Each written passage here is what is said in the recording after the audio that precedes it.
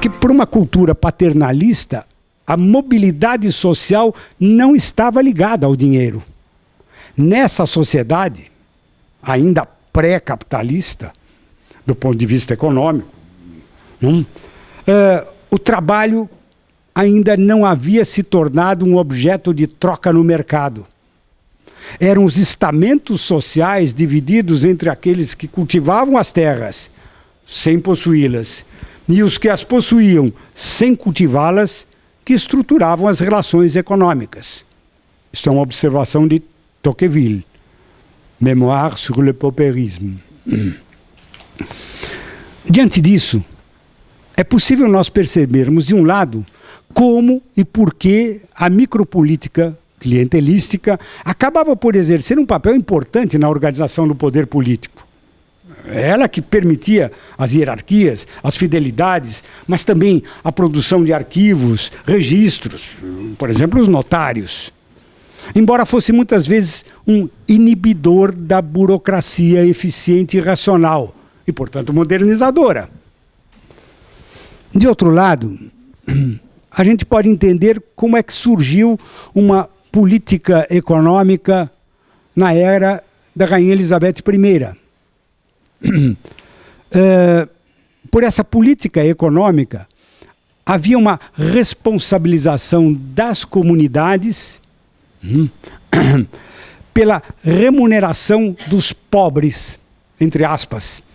Pobres entendidos como todos aqueles que não tinham meios de subsistência suficientes ou que estavam desempregados no sentido moderno da expressão. Essa política, que ficou conhecida como The Poor Law, vigorou na Inglaterra até 1832, quando o correspondente Statute foi revogado sob a alegação de que ele favorecia a preguiça e inibia o desenvolvimento. Bom, esse sistema, conhecido em formas semelhantes, aliás, em outras regiões europeias, inibiu, talvez, na Inglaterra, a eclosão de uma revolução, que na França, porém, redundou na Revolução Francesa. Vou explicar. A monetização do trabalho é reconhecida como um fator fundamental para o advento da sociedade de mercado. Ou seja, aquela sociedade que vai se desenvolver a partir de meados do século XVIII e que culmina politicamente na Revolução Francesa. Na sociedade de mercado, a economia capitalista passa a ver no dinheiro o meio homogênico e hegemônico de qualquer troca, neutralizando objetos e sujeitos de troca e pondo as relações micropolíticas sob suspeita. Em consequência, nos últimos 200 anos, o favorecimento de parentes e agregados vai perdendo aos poucos a sua força cultural na determinação da estrutura social e vai sendo aos poucos substituídas na mentalidade social por uma nova. A ação humana movida pelo ganho e pela acumulação, o que exige eficiência. Estado burocrático, racional, somado à franca liberdade empresarial e uma forte diferenciação funcional entre o público e o privado. É nesse contexto, nesse novo contexto, o exercício da micropolítica mediante as antigas formas de mecenato, nepotista, clientelista, é nesse contexto que ele se torna símbolo de reacionarismo, conferindo à corrupção o seu sentido modernizador. Com isso, na verdade, se altera o ambiente político-social pela generalização dos atores, vamos dizer assim, e a introdução de um ator novo que não havia nos períodos anteriores: as massas. Política de massas. Não obstante, nesse ambiente, a micropolítica não desaparece. Ela começa a ganhar novos contornos. Os antigos mecanismos de oferta de benefícios, enquanto garantias de confiança e de lealdade, são transportados para as políticas sociais em forma de instrumentos burocráticos, como controle das massas, planejamento administrativo, monetizando-se e recompondo em formas alternativas a antiga relação paternalismo-clientelismo. Não é difícil ver isso nas diversas manifestações de caciquismo político corrente, aliás, não só na Ibero-América, mas também na América e na Europa.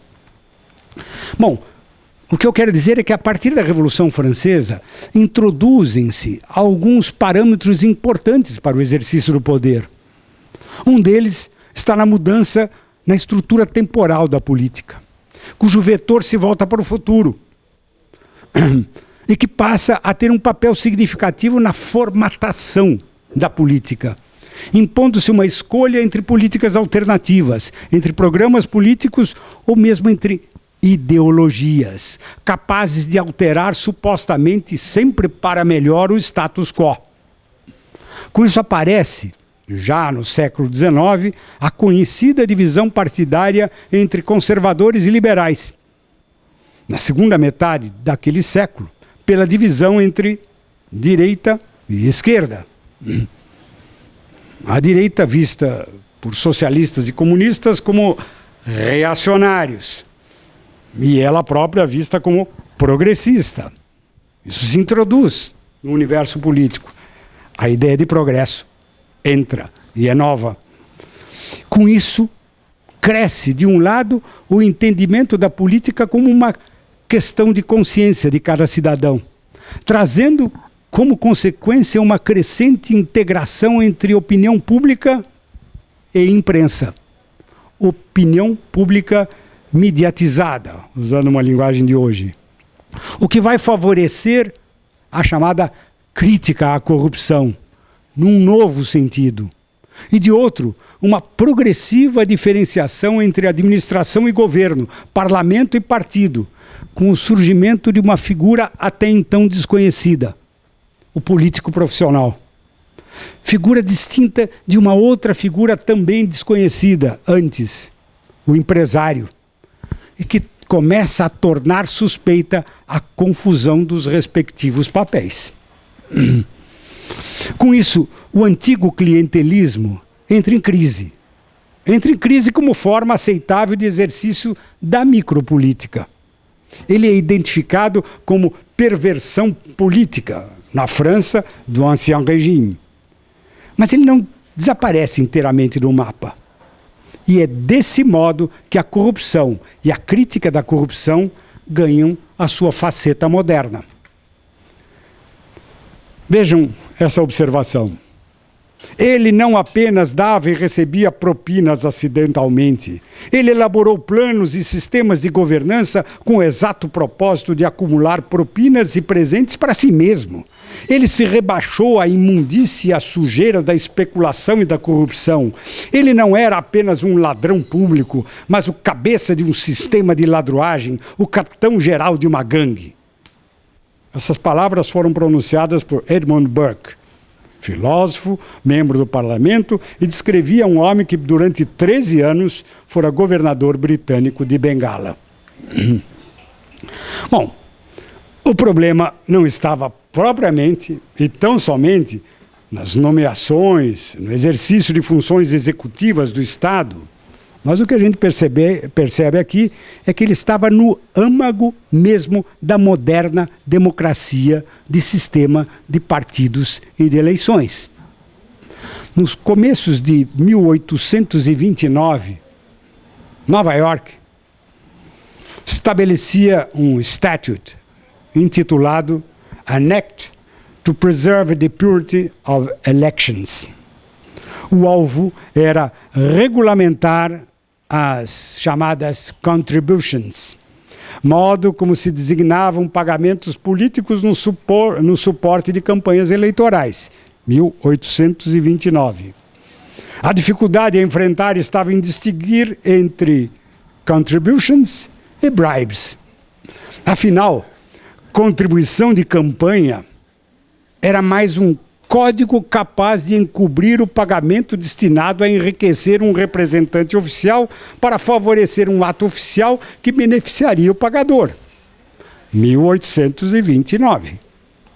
Foi essa inerência do privado no público, estruturas ideologicamente diferenciadas, que obrigou a ação política, desde então, a cunhar um novo conceito de corrupção, ligado especialmente à distinção entre a sociedade civil, econômica, e a sociedade política, e correspondente à sutil confusão dos papéis, o político com o empresário.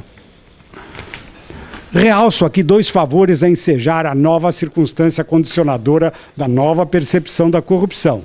De um lado, a industrialização e com ela o advento da economia de mercado, fundada no dinheiro como meio hegemônico da troca, capaz de igualar os agentes econômicos, neutralizados na condição de sujeitos.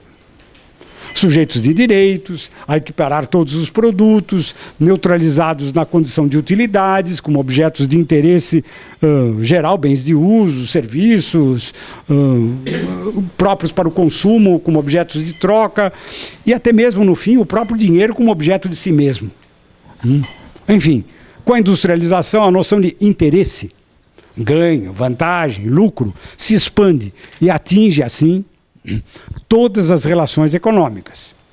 De outro lado, em paralelo, os próprios detentores do poder político, em qualquer escala, passam na mesma linha a disputar ativamente as suas posições, quer na conquista, quer na sua manutenção. O que deve ser, então, assegurado por meios capazes de dar sustentabilidade às campanhas eleitorais, tornando opaca a distinção entre interesse político e interesse econômico. A própria política, na relação empresário-representante-parlamentar, começa a tornar-se opaca.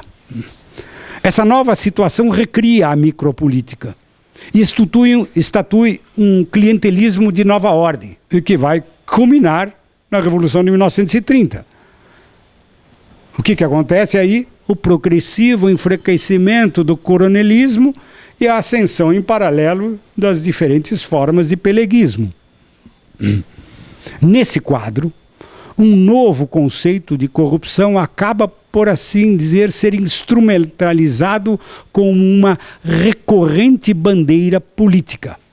Combate à corrupção, no sentido das diferentes manifestações de clientelismo associado a emprego, trabalho remunerado, vantagens empresariais associadas à influência de toda espécie, cresce. E não é preciso ir longe para ver nesse combate uma espécie de lema permanente na política partidária de qualquer origem, quer no passado, quer no presente.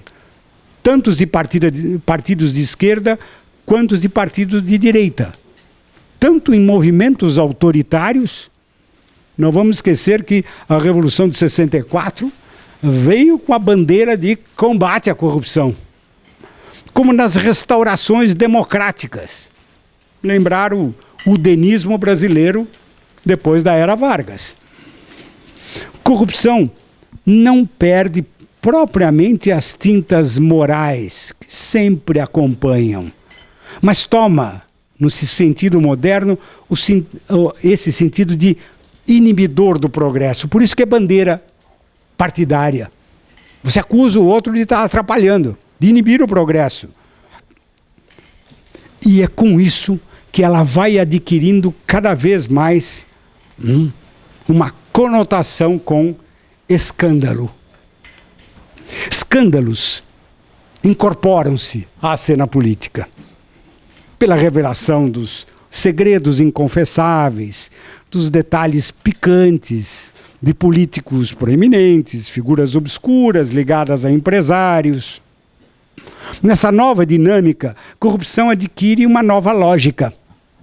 Se no passado era tema circunscrito às elites sociais, alastra-se a temática para muito além das limitações de classe. Pois, ao adquirir as suas bases na política de conscientização eleitoral das massas, o conceito de corrupção fortalece o papel da mídia, mormente da mídia de massas, do que decorre uma nova exigência constitutiva para o exercício político. A transparência como antídoto contra um desfalecido interesse segredo de Estado. Com isso se fortalecem, de um lado, algumas concepções difusas, mas que paradoxalmente produzem eficiência política. Nos partidos de esquerda, as teorias da conspiração, com a denúncia de esquemas ocultos ligados ao modo de produção capitalista, como base da corrupção inerente ao sistema. Mas também existem as suas variações de direita, com as suas denúncias racistas, especialmente antissemitas, no nazismo e no fascismo do século XX. Ou, mais recentemente, entre nós, as denúncias de subversão, como aconteceu nas nossas ditaduras latino-americanas na época da Guerra Fria, em que se falava largamente em subversivos. Tudo isso faz da ideologia um componente importante do moderno conceito de corrupção. Por outro lado, o papel da mídia de massas envolve uma espécie de dilema autorreflexivo e paradoxal. De uma parte, a mídia provoca uma nova diferenciação. A exigência de uma mídia transparente, politicamente independente, economicamente autossustentável, fundamento da opinião pública, distinta ela própria dos escândalos que constituem a sua contribuição à transparência. Claro. Mas, de outra parte, a escandalização da corrupção repousa em valores e valorações geradores de indignação popular que são, assim, maximizados pela própria mídia. E daí o dilema. Nos regimes democráticos, a denúncia da corrupção vira uma arma política que escandaliza quando aponta para personagens e esquemas que estão dentro dos sistemas de decisão vigentes, mas fora da sua oficialidade, o que torna a atuação da mídia um jogo de realimentação sem precedentes de disputas pró e contra, sob o título de liberdade de imprensa. Lembre-se, para realçar esse papel da mídia democrática, que nos regimes autoritários essa disputa é encarada como corrosiva, devendo escândalos ser eliminados de antemão em processos de confissão, autoincriminação, e aí então divulgados ou abafados na medida em que serve à manutenção do regime. Donde o papel da mídia estatizada nesses regimes de forçar o status quo como se via nas repúblicas socialistas do leste europeu, do regime maoísta, por exemplo, na China continental. Bom, por tudo isso, em síntese, pode-se dizer que o conceito moderno de corrupção carrega as seguintes estruturas. É uma técnica de poder intimamente ligada à crítica e à denúncia do abuso de papéis públicos para uso privado, cujo paradigma histórico se constrói no início do século XIX. Segundo, surge de uma condenação da micropolítica, as relações pessoais de amizade, favoritismo, pequenas lealdades, vigentes até a Revolução Francesa, e de uma progressiva diferenciação entre o público e o privado que alcança a concepção do próprio poder político. Vide, por exemplo, a tripartição dos poderes, e se instala no interior dos sistemas jurídicos. Direito público, direito privado. Interesse público, autonomia privada. Autonomia do direito processual, neutralização da política do poder judiciário, e assim por diante. Terceiro, é associada à noção de progresso, onde as ideologias de seu caráter pernicioso ao desenvolvimento e propiciador do subdesenvolvimento, dando aso à distinção entre países desenvolvidos e subdesenvolvidos, nesse com corrupção larga. Quarto, produz uma dinâmica política reformista, voltada para as massas, que alimenta os embates eleitorais, mas que de modo paradoxal se instala dentro dela.